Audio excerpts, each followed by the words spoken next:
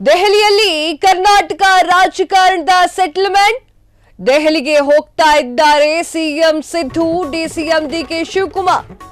CM ಬದಲಾವಣೆಯ ಬಗ್ಗೆ ದೆಹಲಿಯಲ್ಲೇ ಚರ್ಚೆ ಸಾಧ್ಯತೆ.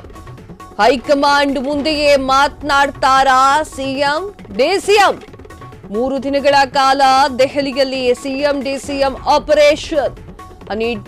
ಹನಿ ಟ್ರ್ಯಾಪ್ ಸಂಪುಟ ಪುನರಚನೆಯ ಬಗ್ಗೆಯೂ ಕೂಡ ಮಾತುಕತೆ. ಕೆಪಿಸಿಸಿ ಅಧ್ಯಕ್ಷರ ಬದಲಾವಣೆ ಬಗ್ಗೆಯೂ ಕೂಡ ವರಿಷ್ಠರ ಜೊತೆ ಮಾತುಕತೆ. ರೆಬಲ್ ಸತೀಶ್ ಜಾರಕಿಹೊಳಿಗೆ ಸಿಗುತ್ತಾ ಕೆಪಿಸಿಸಿ ಪಟ್ಟ? ತೀವ್ರ ಕುತೂಹಲವನ್ನ ಕೆರಳಿಸಿದೆ ಸಿಎಂ ಡಿಸಿಎಂ ಜಂಟಿ ಭೇಟಿ.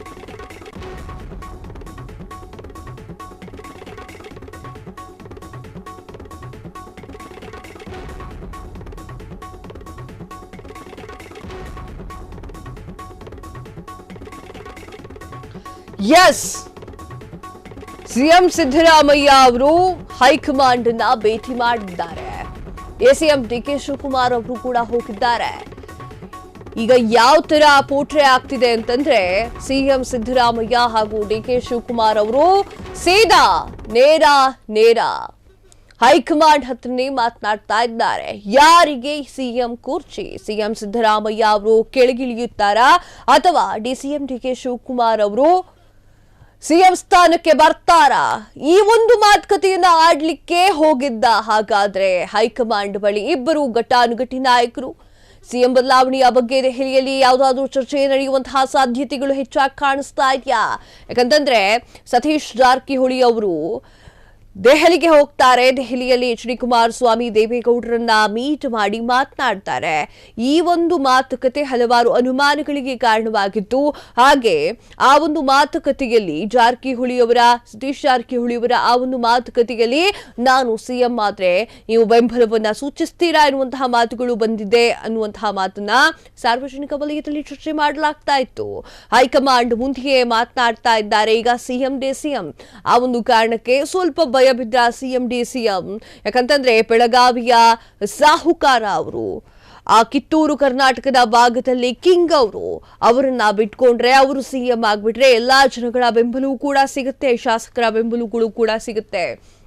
ಆ ಒಂದು ಕಾರಣಕ್ಕೆ ಅವರನ್ನ ಡಿಸಿಎಂ ಮಾಡ್ಲಿಕ್ಕೆ ಹೊರಟಿದ್ಯಾ ಇರುವಂತಹ ಪ್ರಶ್ನೆ ಕೂಡ ಉದ್ಭವ ಆಗ್ತಾ ಇದೆ.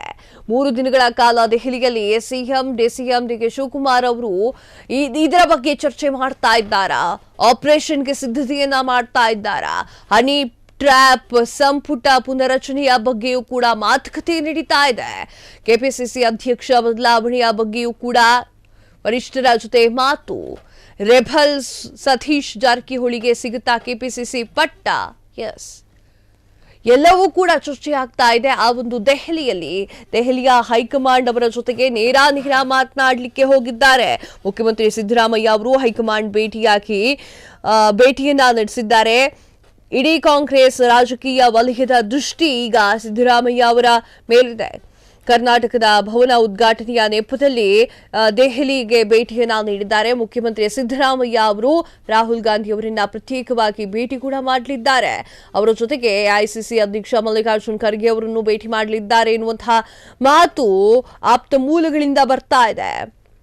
ಇದಕ್ಕೆ ಕಾರಣ ಏನು ಅಂತಂದ್ರೆ, ಮುಖ್ಯಮಂತ್ರಿ ಸಿದ್ದರಾಮಯ್ಯ ಅವರು 4 ಪ್ರಮುಖ ವಿಚಾರವನ್ನ ಹೈಕಮಾಂಡ್ ನಾಯಕರ ಜೊತೆ ಚರ್ಚೆ ಮಾಡಲಿದ್ದಾರೆ ಎನ್ನುವಂಥದ್ದು. ಒಂದು, ವಿಧಾನ ಪರಿಷತ್ತಿನ ಖಾಲಿ ಇರುವಂತಹ 4 ಸ್ಥಾನಗಳ ಭರ್ತಿಯನ್ನ ಬೇಕಾದ್ರೆ ಅವರು ಚರ್ಚೆಯನ್ನ ಮಾಡಬಹುದು ಎನ್ನುವಂತಹ ಸುದ್ದಿ. ಹಾಗೆ ಕೆಪಿಸಿಸಿ ಅಧ್ಯಕ್ಷರ ಬದಲಾವಣೆಯ ಬಗ್ಗೆ ನಿಲುವನ್ನ ಸ್ಪಷ್ಟವಾಗಿ ತಿಳಿಸಿ ಎನ್ನುವಂತಹ ಮಾತನ್ನು ಕೂಡ ಆಡೋರಿದ್ದಾರೆ. ಯಾಕಂತಂದ್ರೆ ಸತೀಶ್ ಜಾರಕಿಹೊಳಿ ಅವರಿಗೆ ಕೆಪಿಸಿಸಿ ಅಧ್ಯಕ್ಷ ಸ್ಥಾನವನ್ನ ಕೊಟ್ರೆ ಅವರು ಸಿಎಂ ಸ್ಥಾನಕ್ಕೆ ಕಣ್ಣು ಹಾಕೋದಿಲ್ಲ ಎನ್ನುವಂತಹ ಒಂದು ತಿಂಕು ಅಥವಾ ಒಂದು ಪ್ಲಾನ್ ಅನ್ನು ಕೂಡ ಇಟ್ಕೊಂಡಿದ್ದಾರೆ. ಸಚಿವ ಸಂಪುಟ ವಿಚಾರವನ್ನ ತೆಗೆದುಕೊಂಡು ಹೋಗ್ತಾ ಇದ್ದಾರೆ. ಹನಿ ಟ್ರ್ಯಾಪ್ ಘಟನೆ ಹಾಗೂ ನಂತರದ ಬೆಳವಣಿಗೆಯ ಬಗ್ಗೆ ಹೈಕಮಾಂಡ್ಗೆ ಮಾಹಿತಿಯನ್ನು ಕೂಡ ಕೊಡಲಿದ್ದಾರೆ. ಎಸ್, ವಾಸ್ತವವಾಗಿ ಮುಖ್ಯಮಂತ್ರಿ ಸಿದ್ದರಾಮಯ್ಯ ಅವರು ಈ ಒಂದು ವಾಲ್ಮೀಕಿ ಹಗರಣದಿಂದಾಗಿ ಖಾತೆ ಕಳೆದುಕೊಂಡಿದ್ದಂತಹ ಬಳ್ಳಾರಿ ನಾಗೇಂದ್ರ ಅವರನ್ನ ಮತ್ತೆ ಸಂಪುಟಕ್ಕೆ ಸೇರಿಸಿಕೊಳ್ಳುವಂತಹ ಉದ್ದೇಶವನ್ನ ಇಟ್ಕೊಂಡಿದ್ದಾರಾ ಎನ್ನುವಂತಹ ಮಾತುಗಳು ಕೂಡ ಸಾರ್ವಜನಿಕ ವಲಯದಲ್ಲಿ ಚರ್ಚೆಯಾಗ್ತಾ ಇದೆ. ಎಸ್, ಕೆಪಿಸಿಸಿ ಅಧ್ಯಕ್ಷರ ಬದಲಾವಣೆಯೂ ಕೂಡ ಚರ್ಚೆ ನಡೀತಾ ಇದೆ. ನಾನು ಹೇಳಿದ್ನಲ್ಲ, ಆ ಒಂದು 4 ಪಾಯಿಂಟ್ಸ್ ಇಂದ ಸಿದ್ದರಾಮಯ್ಯ ಅವರು ಹಾಗೂ ಡಿಕೆ ಶಿವಕುಮಾರ್ ಅವರು ಹೈಕಮಾಂಡ್ಗೆ ಭೇಟಿ ಮಾಡಿದ್ದಾರೆ ಎನ್ನುವಂತಹ ಮಾತು ಮೂಲಗಳಿಂದ ಕೇಳಿ ಬರ್ತಾ ಇದೆ.